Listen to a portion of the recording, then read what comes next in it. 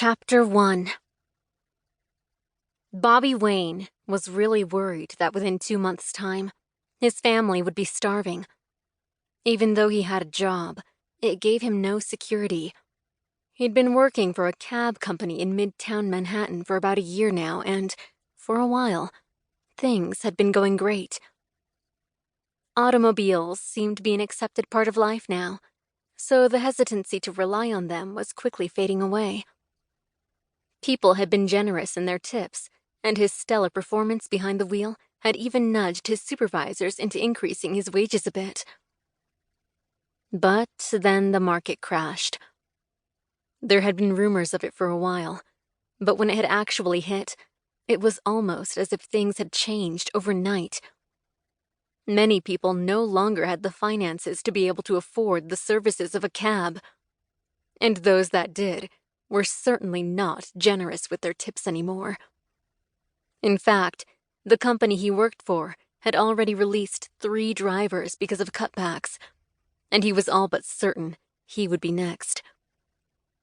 He'd only had 9 fares in the past 2 days, a time period in which he'd averaged about 25 previously.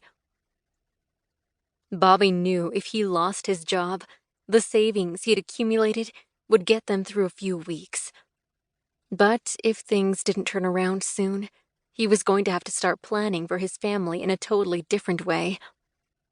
He already knew that there were people starving on the streets, most of them immigrants, but people were people as far as he was concerned.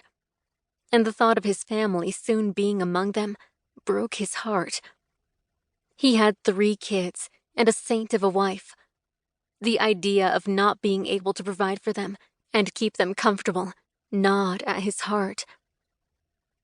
Bobby was taking his cab around his assigned area for the 6th time, winding his shift down as he passed along the night-shrouded streets. There were people coming and going, a small hustle and bustle that New York City was coming to adapt as part of its charm. But there was a bit less joy and enthusiasm to it these days. Bobby thought even the rich and supposedly unbreakable were starting to feel the pinch of the market crash, but were unable to admit it to themselves just yet. But when they had to face it head-on in several weeks or months, this city might look very different indeed. The sad truth of the matter was that desperation was starting to sink in for a lot of people. Bobby could see that on the streets. The night crowds were getting thinner, and, during the day, there seemed to be an invisible sort of weight pressing down on everyone. Here they were, in a city that kept creating buildings that seemed to want to burst the sky open. But now that very same sky was pretty much collapsing on their heads. Bobby came to a stop at an intersection. He looked ahead and saw a street with just a few milling people, most of the lights already out at just 10 o'clock at night. A month ago, it would have been a very different picture indeed.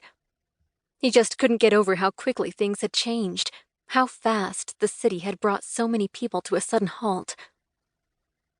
He was so saddened by the sight of the streets ahead that he had no warning at all when the terrible, deafening sound erupted beside his cab.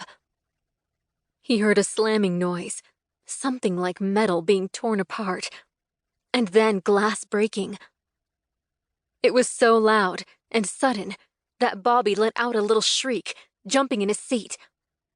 He looked to his right, and though he clearly knew what he was looking at, it took his mind a moment to process it. There was a body stretched out on the hood of a car. Judging from the sound that had startled him, the wrecked condition of the hood, and the shattered windshield, Bobby knew exactly what had happened. This poor man had just jumped to his death. It was nothing new, not really.